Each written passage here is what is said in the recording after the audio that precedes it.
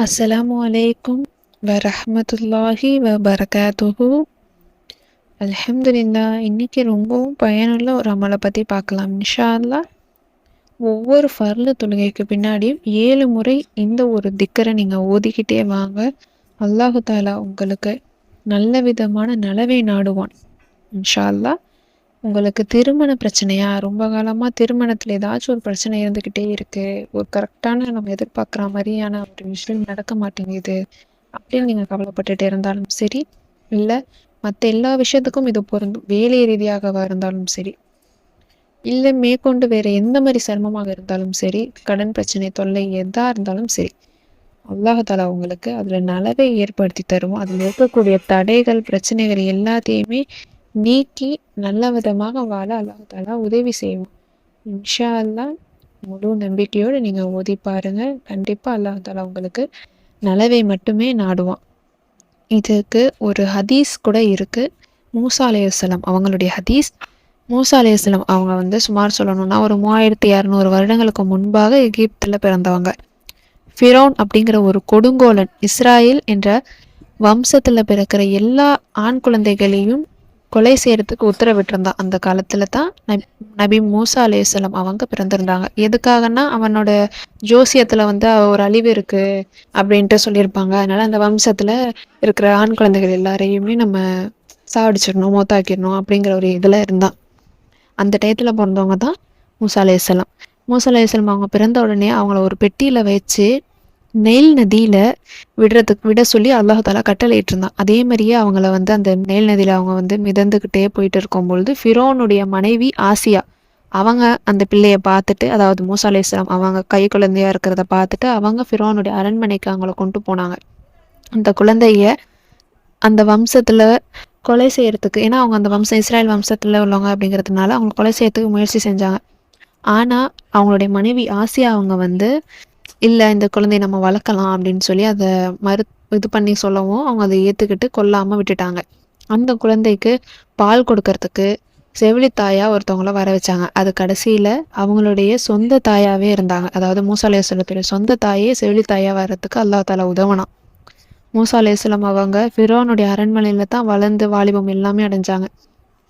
ஒரு கிராமவாசிக்காரன் கொடுமையில அப்பாவியான ஒரு இஸ்ரவேலரை ரொம்ப 2 பேத்துக்குள்ள சண்டை நடந்துட்டு இருந்துச்சு. அப்போ அந்த ஆளை காப்பாத்துறதுக்காக மூசா அலைஹிஸ்ஸலாம் அவங்க தாக்குனாங்க. அப்போ அவங்க வேணும்னு செய்யலை, எதிர்பாரமாக செய்யும் போது இந்த ஆள் இறந்து போயிட்டாங்க. ஆனால் கடைசியில் இவங்க கொலை செஞ்ச மாதிரி இவங்களுக்கு பழி வந்துருச்சு.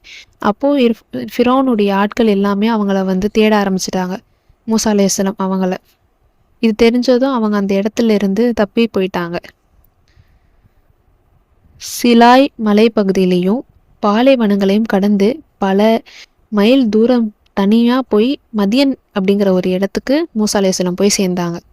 இன்னும் அவர் மதியன் நாட்டுக்கு தண்ணீர் துறையில் அருகே வரும் பொழுது அந்த இடத்துல ஒரு கூட்டத்தினர் தண்ணீர் எடுத்துக்கிட்டு இருந்தாங்க, தண்ணீர் புகட்டிட்டு இருந்தாங்க. அவர்களை தவிர பெண்கள் இருவர் அங்கே நின்றுட்டு ஆடுகளுக்கு தண்ணீர் புகட்டாமல் அங்கே ஒதுங்கி நின்றுட்டு இருந்ததை மூசா அலைஹிஸ்ஸலாம் அவங்க பார்த்தாங்க.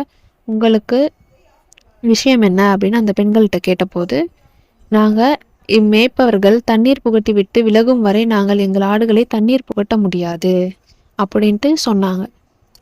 இது அவங்களுடைய தந்தை, ஏன் அப்படின்னா அவங்களுடைய தந்தை முதியவராக இருந்தனால அவங்க முடிச்சுட்டு போனதுக்கப்புறம் தான் எங்களால் செய்ய முடியும் அப்படின்னு அவங்க சொல்லும் பொழுது அப்போ மூசா அலைஹிஸ்ஸலாம் அவங்க உதவுனாங்க.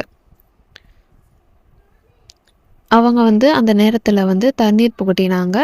அதுக்கப்புறம் அந்த நிழல் கிட்ட, அந்த மரத்து நிழல் கிட்ட ஒதுங்கி, என் இறைவா, நீ எனக்கு இறக்கி அருளும் நல்லவற்றின்பால் நிச்சயமாக நான் தேவையுள்ளவனாக இருக்கின்றேன். அதாவது ரப்பி இன்னி லிமா அன்சல்த இலைய மின் ஹைரின் ஃபகீர் அப்படின்னு நபி மூசா அலைஹிஸ்ஸலாம் அவங்க ஓதுனாங்க, அல்லாஹ்விடம் துவா கேட்டாங்க. இதை குறித்து குரானில் கூட இடம்பெற்றிருக்கு இந்த வசனம். அதுக்கப்புறம் அவங்க ஓய்வெடுத்த பின்னாடி அவங்கக்கிட்ட அந்த பெண்கள் என்னுடைய வாப்பா உங்ககிட்ட பேசணும் கூப்பிட்டாங்க அப்படின்னு சொல்லி பண்ணப்போ நீங்கள் உதவியது காரணமாக அவங்களுக்கு அந்த நேரத்தில் பெண் பிள்ளைய கல்யாணம் பண்ணுறதுக்கான ஒரு வாய்ப்பை ஏற்படுத்தி தந்தாங்க. அவங்க வந்து ஆடு மேய்ச்சி இந்த 10 ஆண்டுகள் வந்து மேய்ச்சதுக்கப்புறம் திருமணம் செய்ய வேண்டும் அப்படிங்கிற ஒரு நிபந்தனை ஏற்பட்டுச்சு. அதுக்கு பின்னாடி அல்லாஹ் தாலா அவங்க வாழ்க்கையில செழிப்பை ஏற்படுத்தினான். அவங்கக்கிட்ட இல்லாத விஷயம் எல்லாத்தையும் அல்லாஹ் குடுத்தான். செல்வம், வீடு, சொத்துன்ட்டு எல்லாமே அல்லாஹ் தாலா அவங்களுக்கு குடுத்தான். இந்த ஒரு துவாவ அவங்க அந்த நேரத்துல ஓதுனாங்க. அதே மாரி நாமும் ஏதாச்சும் ஒரு திருமண தடையோ, இல்ல வேற ஏதாச்சும் ஒரு பிரச்சனையா இருந்தாலும் சரி, 7 முறை நீங்க ஒவ்வொரு ஃபர்லு தொழுகைக்கு பின்னாடியும் நீங்க அல்லாஹ் மேல முழு நம்பிக்கையோட ஓதி வாங்க. கண்டிப்பா அல்லாஹ் தஆலா உங்களுக்கு நலவை நாடுவான். இன்ஷா அல்லாஹ்.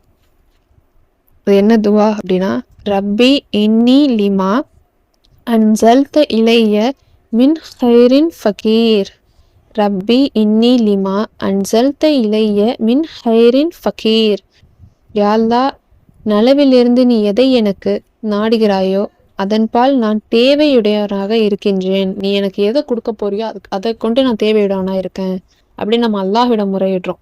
அப்போ அல்லாஹ் தாலா நமக்கு நலவையே நமக்கு தருவான். அவன் செய்ய போற செயல்கள் நம்ம அவனை நம்பி இருக்கோங்கும் போது அல்லாஹ் தாலா அதுல நமக்கு நலவை நாடுவான். இன்ஷா அல்லாஹ். முழு நம்பிக்கையோடு நீங்க ஓதி பாருங்க. கண்டிப்பா அல்லாஹ் தாலா உங்களுக்கு நல்ல விதமா விரும்பி நீங்க ஆசைப்பட்ட மாதிரியே விரைவிலேயே உங்களுக்கு நல்ல ஹலாலான திருமணம் நடைபெற அல்லாஹ் உதவி அளிப்பான். மேலும் உங்களுக்கு வேலைக்காகவோ எதுக்காக நீங்க ஓதுறீங்களோ அந்த நலவை அல்லாஹ் தாலா உங்களுக்கு நல்ல விதமாக ஏற்படுத்தி தருவான். இன்ஷா அல்லாஹ். இந்த நம்பிக்கையோடு நீங்க ஓதி பாருங்க.